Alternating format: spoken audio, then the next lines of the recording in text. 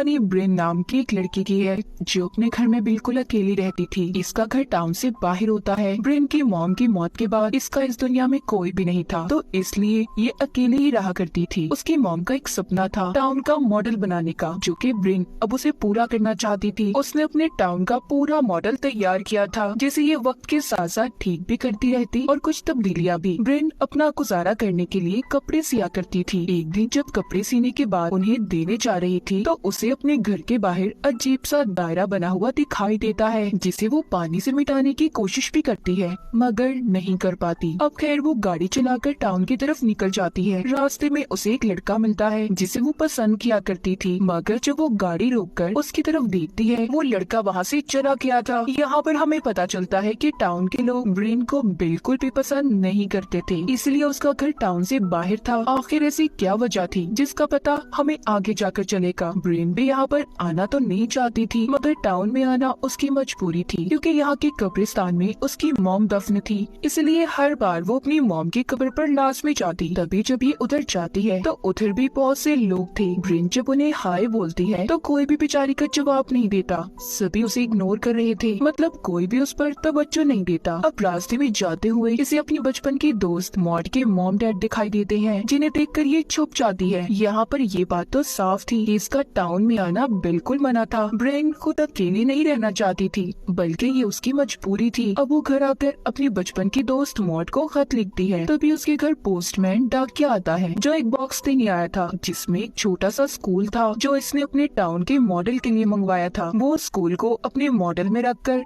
बहुत खुश होती है। इसी तरह हंसते खेलते वो अपने खत को भी पूरा करती है, जो कि मॉड को लिख रही थी वो, जिसमें अब ये लिखती है, मॉड मैं जानती हूँ मैं खुद को कभी भी माफ नहीं कर पाऊंगी और मैं तुम्हें हर वक्त याद करती हूँ। इसके घर में मॉड की तस्वीरें भी थी, जो सिर्फ उसके बचपन की थी। क्या मॉड कहीं पर चली गई थी? आखिर मॉड का राज क्या था? अब इन सब बातों के बारे में हमें आगे जाकर पता चलेगा। एक रात ब्रिन जब सो रही होती है, तभी अचानक से उसके घर की सारी लाइट्स जल जाती हैं, मगर ब्रिन अब भी सो रही थी। कुछ देर के बाद सारी लाइट्स बंद भी हो गई थी। तभी बाहर से किसी चीज के गिरने की आवाज आती है, जिसकी आवाज सुनकर ब्रिन जाग गई थी। वो आवाज दरअसल बाहर से डस्टबिन गिरने की थी। जब ब्रिन उसे ठीक करने के लिए जाने के लिए लाइट जलाती है, तो ये क्या, उसके घर की कोई भी लाइट नहीं जलती। जब वो नीचे आती है तो देखती है उसके घर का दरवाजा खुला था और उसके घर में एक अजीब सा क्रिएचर घूम रहा था। ब्रिन जब गौर करती है तो उसे पता चलता है कि वो कोई क्रिएचर नहीं बल्कि एलियन था। उसने भी ब्रिन को देख लिया था, इसलिए अब वो उसका पीछा करता ऊपर की तरफ आ जाता है। ब्रिन जल्दी से भागकर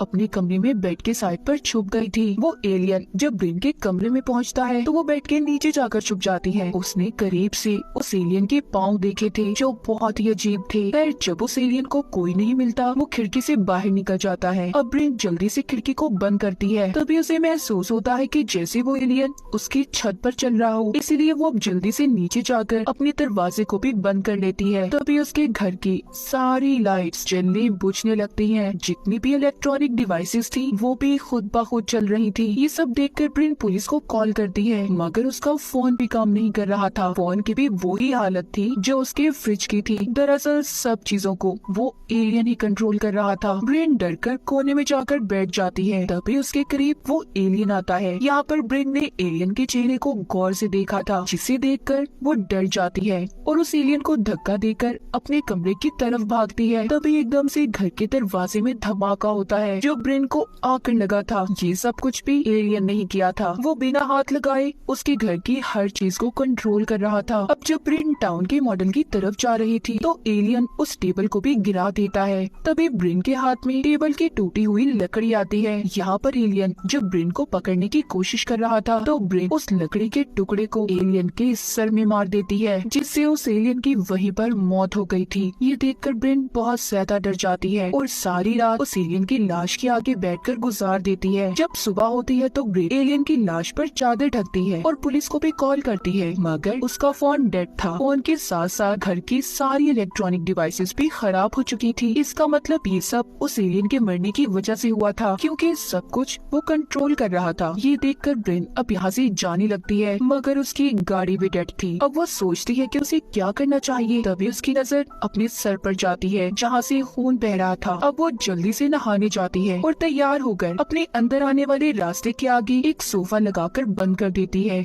दरअसल कल रात एलियन से लड़ाई के दौरान इसका दरवाजा एलियन ने ब्लास्ट कर दिया था। उसने सोफा तो लगा दिया मगर इसका कोई फायदा नहीं था। खैर फिर भी अब वो साइकिल लेकर टाउन की तरफ जाती है जहाँ पर वो पोस्टमैन की वैन को देखती है। उसका भी बुरा हाल था, यहाँ तक कि जिस लड़की को ब्रिन पसंद करती थी उसका घर भी तहस नहस हो चुका था और उसके घर के बाहर बिल्कुल वैसा ही दायरा बना हुआ था जैसा हमने ब्रिन के घर के बाहर कहानी के शुरू में देखा था।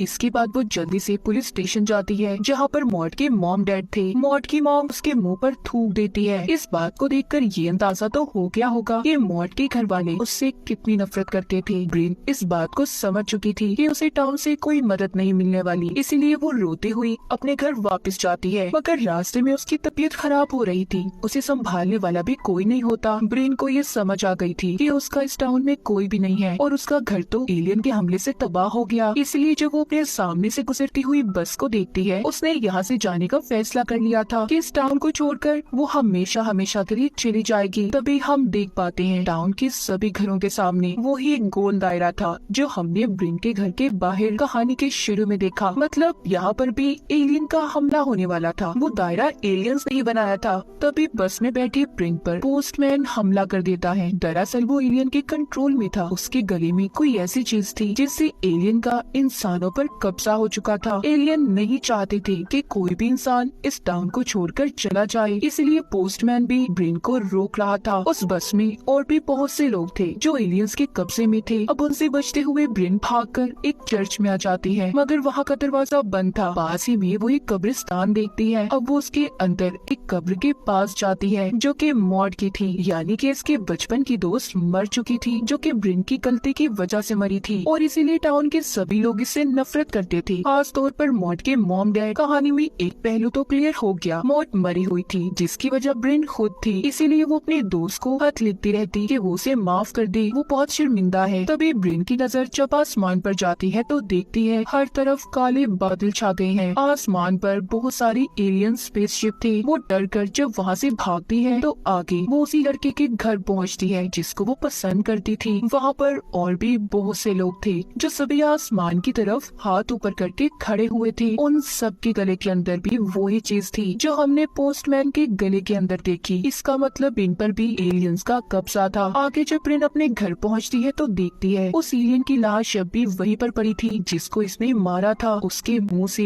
अजीब सा लिक्विड निकल रहा था। जब वो आसमान पर दोबारा देखती है काले बादल चारों तरफ थे। ब्रिन समझ चुकी थी कि एलियंस का हमला दोबारा होने वाला है, इसलिए वो डरने के बजाय एलियंस का मुकाबला करने की तैयारी में लग जाती है। घर के अंदर जाकर वो एक लाइटर उठाती है और साथ ही एक कटर पानी को उबलने उसने चूल्हे पर रख दिया था। फिर खिड़कियां दरवाजे सभी बंद कर देती है। उसके घर के बाहर वाला दरवाजा जो टूटा हुआ था वहाँ पर वो एक चादर कीलों से लगा देती है। थोड़ी देर बाद कीलें जो इसने ठोकी थी खुद ही बाहर निकलकर गिर जाती हैं क्योंकि यहाँ पर अब एलियंस आ चुके थे। सबसे पहले वो अपने साथी एलियन की लाश को खींचते हैं जिसे ब्रिन ने मार दिया था। ये देखकर ब्रिन घर के बेसमेंट में जाकर छुप जाती है। तभी दूसरा एलियन इसके घर में दाखिल होकर इसके पास बेसमेंट में आ गया था। वो उस एलियन को कैंची उठाकर मारना चाहती थी लेकिन उसके अंदर जो ताकत थी वो हर चीज को अपनी तरफ खींच सकता था, इसीलिए वो कैंची को भी खींच लेता है। ब्रिन के हाथ में मॉड और उसकी जो तस्वीर थी उसे भी एलियन ने अपनी तरफ खींच लिया था और उसे बहुत ही गौर से देख रहा होता है। इसी बात का फायदा उठाकर ब्रिन वहाँ से भाग गई थी और वापस ऊपर आ जाती है। तभी ऊपर उसे एक छोटा एलियन दिखाई देता है। था तो वो छोटा मगर उसके हाथ बहुत लंबे थे। वो ब्रिन को अपने हाथों से पकड़ने की कोशिश कर रहा था। ब्रिन उससे अपने आप को छुड़वाती है और खोलता पानी जो इसने उबलने रखा था उस छोटे एलियन पर डाल देती है मगर उस एलियन को इससे कुछ भी नहीं हुआ था। अब ब्रिन अपने बाथरूम में छुप गई थी लेकिन वो एलियन इतना तेज था बाथरूम के दरवाजे को भी अपने हाथों से चीर फाड़ कर देता है। तभी ब्रिन अब खिड़की के रास्ते वहाँ से भागने की कोशिश करती है। जल्दी से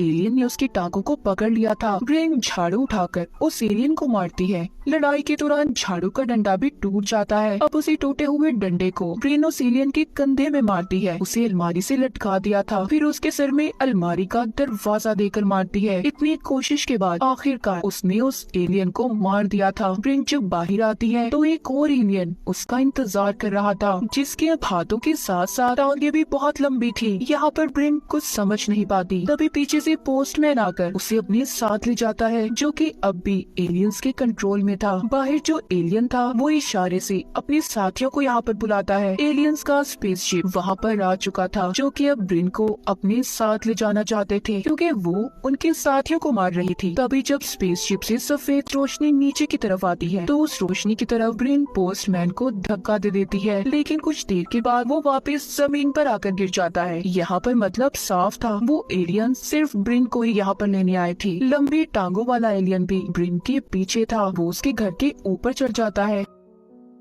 तभी जल्दी से ब्रिन अपनी गाड़ी में जाकर छुप गई थी, लेकिन एलियन वहाँ पर भी आ चुका था। ब्रिन जल्दी से गाड़ी से बाहर आती है और उस एलियन को गाड़ी में ही बंद करके उस पर जलता हुआ लाइटर छोड़ देती है, जिससे गाड़ी में बहुत बड़ा धमाका होता है। वो एलियन भी ब्लास्ट होने की वजह से मर गया था, मगर अब भी एलियंस के स्पेसशिप से निकलने वाली सफेद रोशनी ब्रिन का पीछा कर रही थी। वो भागते हुए अपने घर के अंदर आ जाती है। तभी उसे अंदर एक और एलियन मिलता है, जो पहले बेसमेंट में इसके पीछे आया था, जो उसे मारने की बजाय उसकी तस्वीरों को गौर से देख रहा था। तभी पीछे से ब्रिन उस एलियन पर हमला करने का सोचती है, लेकिन एलियन को इस बारे में पता चल चुका था, इसलिए वो ब्रिन पर हमला करके उसे दूर फेंकता है। और अब एक लाल रोशनी ब्रिन के घर के अंदर आती है, जिसने उसे फ्रीज कर दिया था, यानी कि वो वहाँ पर जम गई थी। अब एलियन उसके पास आता है और अपने मुंह से अजीब सी चीज निकालता है। दरअसल ये पैरासाइट की तरह काम करता था। इन एलियंस का ये एक हथियार था, जिसको वो उसके मुंह में डाल देता है। इस तरह वो दूसरे लोगों की तरह ब्रेन को भी कंट्रोल कर सकता था। मतलब जितने भी लोग एलियंस के कंट्रोल में थे, उन सबके गले में यही पैरासाइट था। तभी ब्रेन जाग जाती है। देखने में ऐसा लग रहा था कि जैसे वो सपने से जागी हो। असल में अब वो पैरासाइट ब्रेन के जिस्म पर हावी हो चुका था। उसके दिमाग को पूरी तरह से उसने अपने कंट्रोल में कर लिया था। ब्रेन को उसने उसके सपनों की दुनिया में फंसा दिया था, जहाँ पर वो अपने टाउन वाली दुनिया और मॉड के साथ जिंदगी गुजारे की। जब वो अपने सामने मॉड को देखती है तो उसे सॉरी करती है कि वो उसे माफ कर दे। तभी यहाँ पर ब्रेन को ये बात समझ आती है कि ये सिर्फ उसका एक सपना है। असलियत में तो उसकी दोस्त मॉड मर चुकी है, इसीलिए वो अपने हलक में हाथ डालकर उस पैरासाइट को निकाल देती है, जो उस एलियन ने उसके गले में डाला था। ऐसा करते ही वो अपनी असल दुनिया में होश में आ गई थी। अब जैसे ही वो उस पैरासाइट को जमीन पर गिराती है, उस पर ऊपर से ऑरेंज लाइट पड़ती है, जिससे उस पैरासाइट को एक नया जिस्म मिल रहा था, जो कि ब्रेन का था। आसमान पर एलियंस के बहुत से स्पेसशिप थे, हर कोई अपना काम कर रहा था। यहाँ पर हमें उन स्पेसशिप से निकलने वाली रोशनियों के बारे में पता चलता है। सफेद रोशनी इंसानों को ऊपर खींचने के लिए थी, लाल फ्रीज करने के लिए, जबकि ऑरेंज एक नया जिस्म बनाने के लिए थी। अब जो उस पैरासाइट से एलियन ब्रेन बनी थी, वो असल ब्रेन पर चाकू से हमला कर देती है, जिससे वो नीचे गिर जाती है। और तभी सफेद रोशनी उसे ऊपर स्पेसशिप में ले गई थी, जहाँ पर ढेर सारे एलियंस थे। वो उसके दिमाग पर उंगली रखकर उसकी यादों को जानना चाहते थे। इससे हमें भी यहाँ पर पता चलता है कि उसके साथ उसकी पुरानी जिंदगी में क्या हुआ था, सारा टाउन उससे नफरत क्यों करता था, और उसकी दोस्त आखिर मरी कैसे थी। तो असल में हुआ कुछ यूँ था, बचपन में ब्रेन और मॉड का झगड़ा हो गया। मॉड ब्रेन को धक्का दे देती है, जिसके बदले में ब्रेन ने एक पत्थर उठाकर मॉड को मार दिया और उसकी मौके पर ही मौत हो गई। बड़ी ब्रेन अपने ख्यालों में छोटी ब्रेन को खत लिखने से भी बार बार मना करती थी, ताकि उसकी जिंदगी आगे बढ़ पाए, उसे पुरानी यादें याद न आए। सब कुछ जानने के बाद एलियंस ये फैसला करते हैं कि ब्रेन को वो उसकी दुनिया में वापस भेज देंगे। तभी वो उसे दोबारा नीचे फेंक देते हैं। वो वापस आकर अच्छा महसूस कर रही थी, उसने अपनी दुखी यादों को भुला दिया और एलियंस का मुकाबला किया। हम देखते हैं ब्रेन हंसी खुशी अपनी जिंदगी गुजार रही है। सारा टाउन अब उससे अच्छे से बात भी करता है। जिस लड़की को वो पसंद करती थी, वो भी उसके साथ अब ठीक हो गया था। वो एक पार्टी में नाच रही होती है, उसके साथ एक लड़की भी थी। ब्रेन की जिंदगी बिल्कुल ऐसी थी जैसी उसने चाही। आसमान पर अब भी एलियन स्पेसशिप घूम रहे थे। ऐसा हो सकता है कि एलियंस का अभी भी पूरे टाउन पर कंट्रोल हो और उन्होंने ब्रेन की यादों को जानने के बाद उसके मुताबिक सब कुछ ठीक कर दिया, क्योंकि ब्रेन ही इकलौती थी जिसने उन एलियंस का मुकाबला किया था। तो यहाँ पर फिल्म के नाम के मुताबिक कहानी भी क्लियर हो जाती है। No one will save you. यहाँ पर तुम्हें कोई नहीं बचाएगा, तुम्हें अपनी मदद खुद करनी है। ब्रेन को किसी ने भी नहीं बचाया था, टाउन के किसी इंसान ने उसकी मदद नहीं की। तभी मुसीबतों का उसने